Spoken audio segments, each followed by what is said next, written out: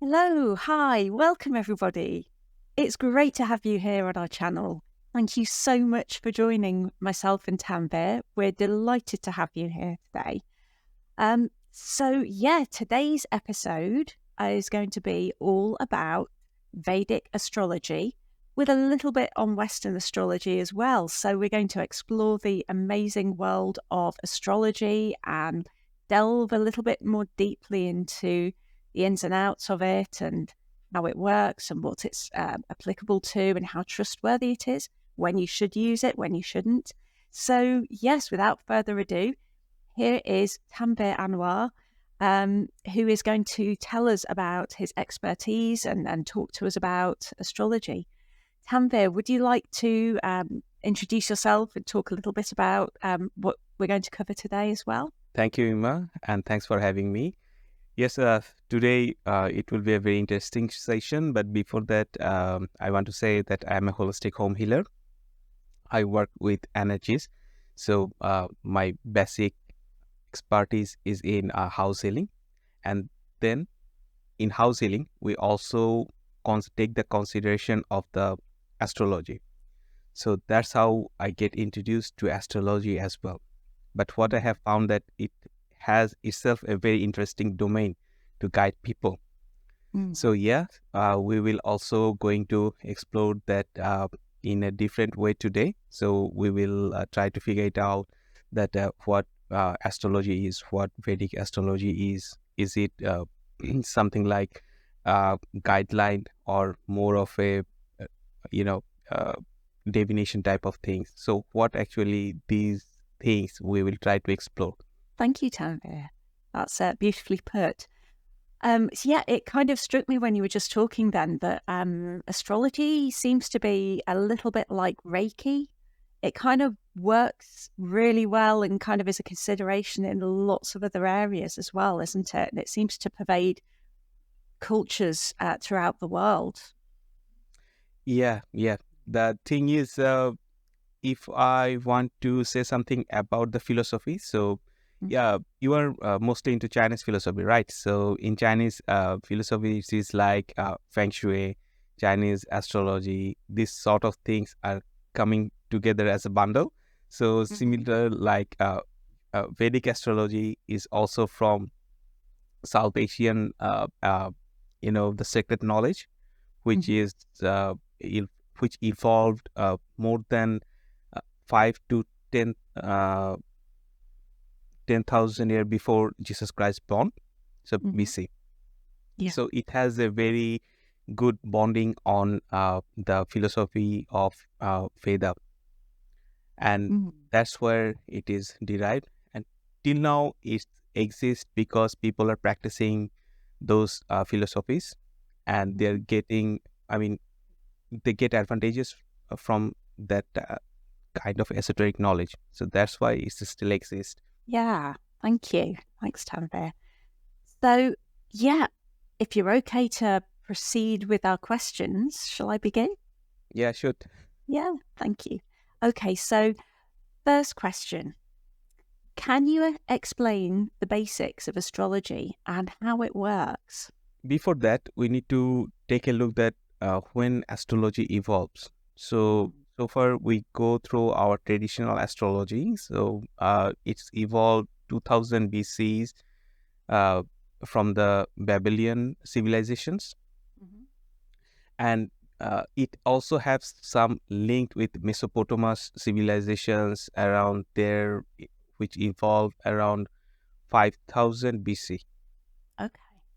Vedas and Vedic philosophies, these uh, Indian cultures, when they're trying to explore all those things. So when archaeologists try to figure it out that when this esoteric knowledge evolved, they figure it out there is a possibility that it evolved around 5,000 or 10,000 year BC.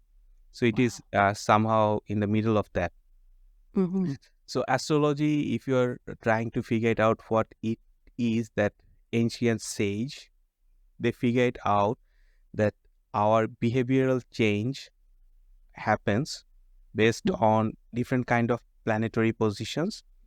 Hmm. So the energies which makes our minds or breaks our minds. There is a very strong correlation where the planetary position is, and also the star constellations. Mm-hmm. So in short, if we're trying to figure it out that what astrology is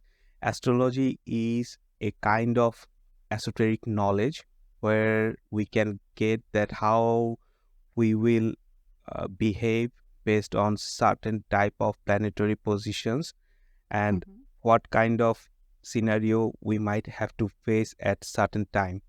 So it's Mm. like a kind of guideline. Mm.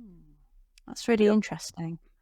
That's great. So, um, yeah, there's so many different ways of looking at it too, aren't there? So, I think one of the ways that people have traditionally looked at astrology from the Western perspective has been the idea that the planets, the stars, everything that's outside of the Earth, um, have an influence, exert an influence. And again, that's through the energies as well, isn't it? But kind of certain patterns of events being likely, and things happening, and kind of to do with fate and destiny, and that's where quite often the ideas of gods come in as well, isn't it? It's through these Uh, planets and through those external influences that affect all of us right. as well. So I want to share one of a very interesting story here about the planets. So we Mm-hmm. know sun and moon has an effect on our high tide and low tide. Mm-hmm. So in the full moon, you can see the water get attracted through the different polar type of zone, where the moon is, the water goes in that way, and the sun is the other way. So sun is all, the water is also moving to that way. So the thing is, we know that whether we believe it not or not, sun and moon Mm-hmm. has a different kind of energetic effect on that. And the thing is, I don't know whether you know it or not. So during the full moon, Mm-hmm. there is a high possibility to increase the crime rate. Yes. Yes. I've read about this, and it's something I've noticed as well. Yeah, So uh, if I can digress a tiny bit, you can mhm, always put this out yeah, if you want to. yeah, Um, Years and years ago, I used to live mhm, in Manchester, yeah, and at one point, I was living in a very deprived area of Manchester, mhm, and I was working at the town hall, and I was going home to this area it was the sort of area that you don't want to be out at night. In fact, okay, it's the sort of area that sometimes during the day, well, you tended to have to be a bit careful anyway. okay, And things tended to get quite hairy around full moon, and people would behave in ways that they wouldn't normally. It was as though they had no fear and they were just going to push. It was almost as though they weren't, their consciousness went and they were just mhm. acting on the energy almost. It was interesting to say the least. Yeah. So there is a kind of energies which influence our behavior, and sometimes when transits happen, I mean, planets going into some kind of zodiac sign or this sort of things happens, then there the possibility of happening that event get increased. Mm. So that's why there is a predictive mechanism that okay, at certain point this sort of things might happen in your life. Mm. So it is not saying that okay, this is definitely going to happen. So it No. is showing about the possibilities. So if Mm. we look into the statistical reading, so there is a bell curve reading, right? So Mm. we are always trying to move the possible result, I mean acceptable result, towards the middle of the bell curve. So we Mm. are not going to take the very insignificant values, and not the values which is more of a kind of biased uh, reading. So we always Mm. try to take the middle part, so which represents that high possibilities of occurring the event. So Mm. in thousands of years, sages observed those kind of changes and noted in their scriptures, and based on that, they developed the astrological part of the in the Vedic science. So Mm. definitely, Western astrology is a little bit open. Mm-hmm. What resonates more, they are going to adapt. So I'm also not too much strict to the Vedic. So whatever works, if I get result, I always try to pick all those things as well. Brilliant. Right. I think that's a good approach in general, isn't it? Yeah. Yeah, go with what works. Cool. Yeah. Okay. So next up, I would like to ask you, Tanvir, what exactly, and you've kind of covered this slightly already, but what's the significance of the sun, moon, and rising signs in an astrological chart? Now, I know a little bit kind of around the edge from a kind of practical perspective of looking at my own charts on this, but what is that from a Vedic perspective? It would be nice if I share my screen. So let me share my screen. Vedic astrology, so we Mhm. take consideration of 12 different houses, and 12 different houses define different type of moods, what we are thinking and how we are behaving, this sort of things. Mm. So Yeah. just for now, just consider it as house number 1. So that would be the house number 2. And so if we go from here to there, and it will end up with house number 12. Okay. Okay. Yeah. So as per the Vedic astrology, we consider it east, and then these consider as west, Mhm. these as north, and these as south. So now we can see that where the east is, west is, north, and south is. So just let me clear all those things. Just keep those house number 1 and 12 there. So suppose a person, when he was born, at that very moment, his sun was in very south. Suppose it is Mhm. the 12 of the noon, 12 p.m. Mhm. So at that very moment, it's showing that his sun is on the 12. So it becomes the sun sign for him, and the Mhm. sign would be 1, 2, 3, 4, 5, 6, 7, 8, 9, 10. So it is the 10th house. Mhm. So his sun is in the Capricorn. So Okay. we will see it as a sun sign, and then we will figure it out what would be the moon sign. So if we found that okay, his moon is here, so it is house number 4. So Mhm. his moon is here.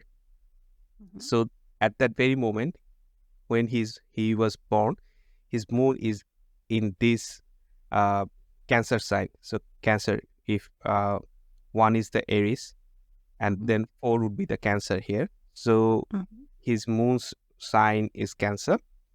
Mhm. So this is the sign, and this is the moon sign. And Mhm. the sign when he is just born, it is the east, and that is the ascendant. This sign is the Okay. ascendant. He is the Aries ascendant. This one is Right. showing he is the Aries ascendant. So Right. in Vedic philosophy, we consider the ascendant sign in a more significant way, but we also consider moon and sun. But in Western philosophy, they also consider all those things, but Mhm. they're more onto focusing on the sun. Yes, Yeah, because that's to do with the birth month rather than right. where the sun is literally at that moment, isn't it?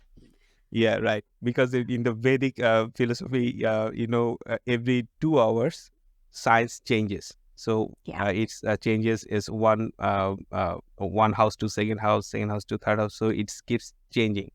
So when it is changing, and that's mean a person can be in the same sign, zodiac sign, So, but in the Western astrology, there is a kind of date range. So Yes. that particular person should be in this sign. If Right. he born from these, I mean, April's first to somewhat, you know, a, mid of the April or something like that. So he will Yes. be It's a lunar. yeah Yeah. It's working on the lunar calendar, isn't it, really? yeah yeah. Yeah. So yeah, I think I answered your question, right? You did, yes. Goodness me. So Yeah. yes, it sounds like, well, from what you've said and from my rather limited understanding of Western astrology, the rising and sun signs are basically reversed. They're switched around between the Vedic and Mhm. the Western astrological approach, because it's the month that the date range for the Right, sun sign that's considered the sun sign right. um, in But the thing Western is, astrology. the whatever you calculate, most of the time, the outcome will be similar. Yeah, I'm sure. Just called something slightly different, Yeah, isn't it? right. So yes, and with the Western approach, it's the sun sign that's given the most significance, but it's always a good idea to check on your moon and rising Yeah. signs as well when you are checking out your astrological reading Hmm. for the day. Right. And for me, I am Scorpio is my sun Hmm. sign, Hmm. and I have the same sign for my moon sign and my rising sign. They're both Gemini. Okay. Good. So I've got Right. Mercury quite strong on my chart. Right. So Gemini, I mean, Mercury is the lord of Gemini. Yeah. Yeah, which is quite interesting. I guess it's two That's why. Gemini because it's Gemini. It's like, That's why you will find yourself in a very position where you can talk, where you can interact with people more easily, and people will receive you pretty much easily as well. yeah, Yeah. yeah, yeah. So you And got the trade. thank you. Yeah. Right. Yes, cool. That's brilliant. Thank you, Tanvir. So interesting. Okay. Okay, so third question, and I have a feeling it might be a good idea for us to stick with just these three questions for now, and then to follow up with the following questions in the next episode. Right. But let's finish with a really good one. I think. How is it that astrologers can determine compatibility between individuals based on their birth charts? Because surely free will comes into this. So Definitely. how trustworthy is it, and how does it work? And yeah, teach us So, more. yeah, so it's a very interesting question because most of the people come to us, they have three kind of question generally. So one is wealth related, another is health related, and the last one is relationship. So in Mhm, Vedic astrology, so though people are focusing on the marriage apart, these sort of things, but mhm, in modern days, we also consider as a partnership, whether it is a mhm, business partnership or any kind of partnership. So it is not mhm. limited into the marriage or the uh, spouse or this sort of things. Yeah. Mhm, So let me. It would be easier if I go back to my chart again. mhm. Is it coming through? It is. Yes, it's right there. Okay, so there are different kind of calculation will come here. So today I will show one easy process through which we can get most critical situation when the partnership will not work because these kind of combinations are called yogas. So yogas means kind Okay. of different kind of planets and the signs when they're uh, in certain uh, setup, they might cause a very good bonding or Mhm. might cause a very reverse kind of things. So it's Yeah. like it might cause uh, Opposition. opposition. So I generally use Ashtak Varga. This is a concept of pointing different kind of house, which house lord is giving what type of point. So it will not make too much sense to our audience right now. That's a little bit advanced concept. So let's go with a very basic one, so that they can do it at their home. So Cool. let remove all those, and for now we will just take Aries as our ascendant, which is 1. You can see here. Yeah. So if I just mark it, so this is called 8-6 combination. So if we count in the Vedic, count start from the house itself. So suppose it is 1. So if we go to the 8, so we will also consider that house number 1 as 1. So it is our 1, 2, 3, 4, 5, 6, 7, 8. Okay. Okay. Yes.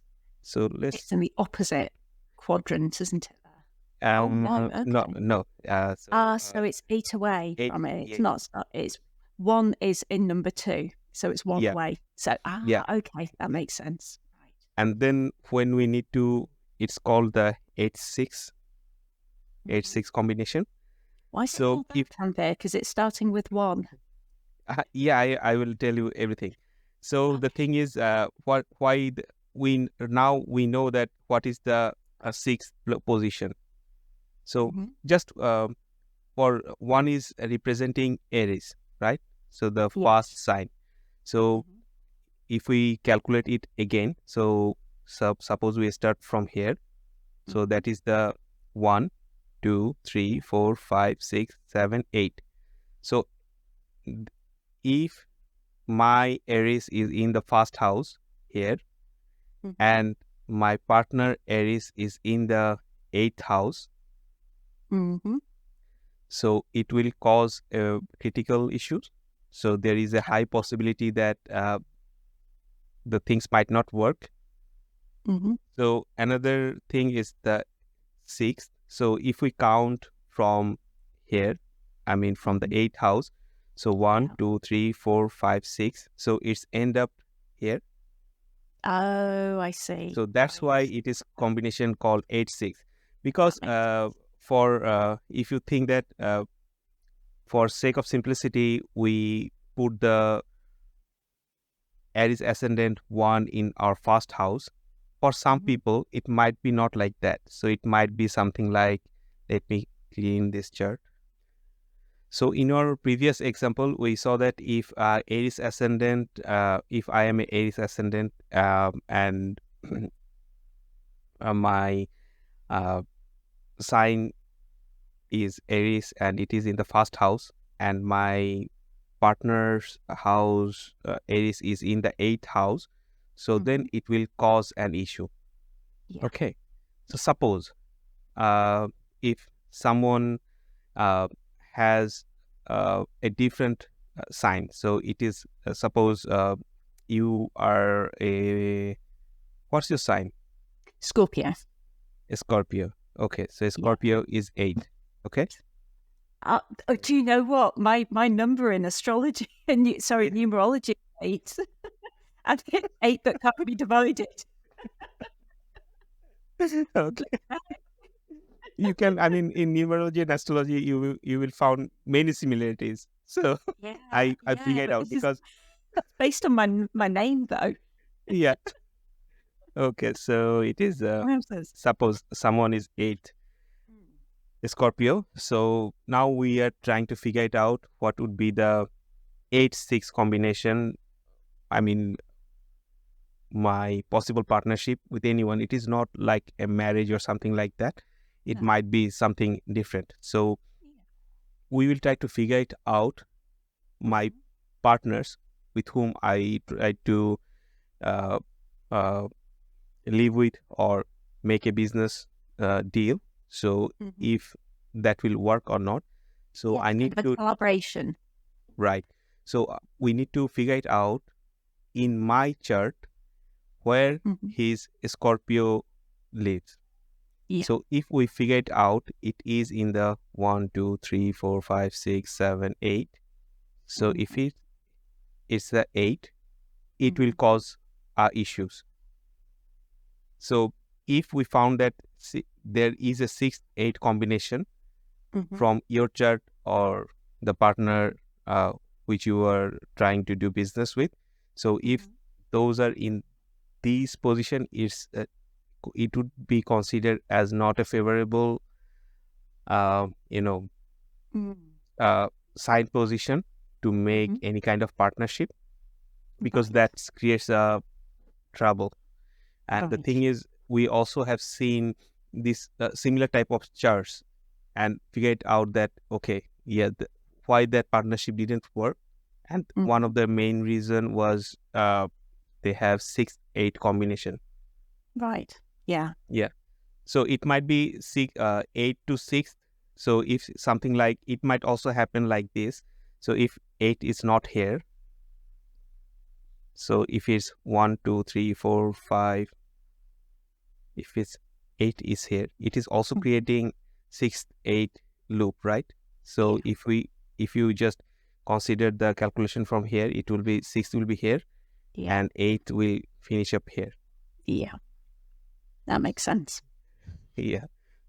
So it's a good way. So if you are trying to do any business, any partnership with anyone, so take a look that where his ascendant is. Is it in the 6 or 8?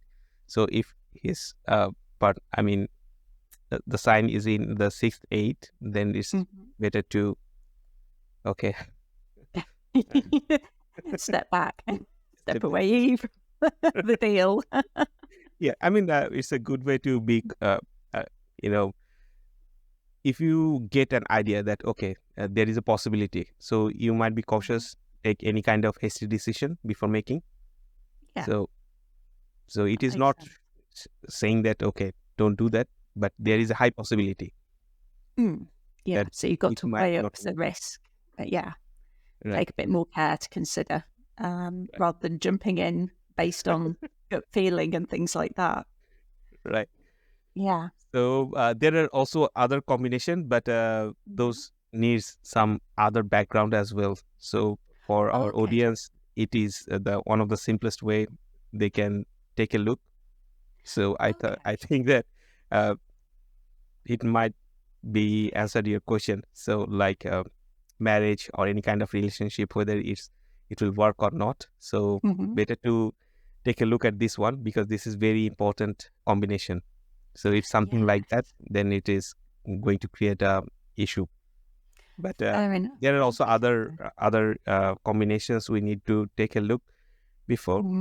And are there any positive ones that kind of initially just give a bit of a sense of, oh yes, no, this bodes well? I don't consider it what might be most favorable, because if someone is going to say that marriage, to me, marriage is always a very difficult thing for anyone, whether it's in favorable or not favorable position. Yes. Yes. So definitely two people will live together, and they will they will have some kind of opinion issues, clash, and this sort of thing will happen. But the thing is, It doesn't. which combinations are kind of critical or deadly. If we avoid those kind of planetary position, then it's a good idea to go for anything. So like you can strict rules through saying that, okay, don't cross the red light. Yes. But you cannot just make it like how long you need to wait in the green light, how long you can consider the orange light. So it will make your life miserable. So Yeah, you are open to do and take any kind of decision based on that. There's the critical scenario are not matching. So as long as those are not matching, you can go for that. Fair enough. Right. So it's kind of mitigating potential disaster rather than considering something unlikely. My teacher just saying that, okay, no marriage is kind of made of rose. So there will True. there will be Well, something. So just avoid those critical points, and then you are good to go with anything. Yeah, yeah, that makes right. sense. Cool. Okay. Well, thank you so much, Tanvir. This has been really enlightening and absolutely fascinating to look at Vedic astrology and see a few of the differences and similarities between Vedic and Western approaches. I hope you've enjoyed, our audience have enjoyed this really interesting, insightful episode as much as I have. It's been great. And if you've enjoyed it, please do click like and subscribe if you'd like, and drop a comment in to let us know what you think and which parts of today's session you're going to be looking into in a bit more depth. We'll be back next time with some more questions about Vedic astrology and astrology in general, and we hope to see you there then. Tanvir, would you like to say anything before we close? Yeah, I mean, we have some other question due to the time constraint. We were not able to cover all these questions in this one session, but definitely we'll try to cover it up in our next session. Till then, Yeah. stay tuned with us. Stay curious. Right. See you soon. Yeah. Bye. Bye.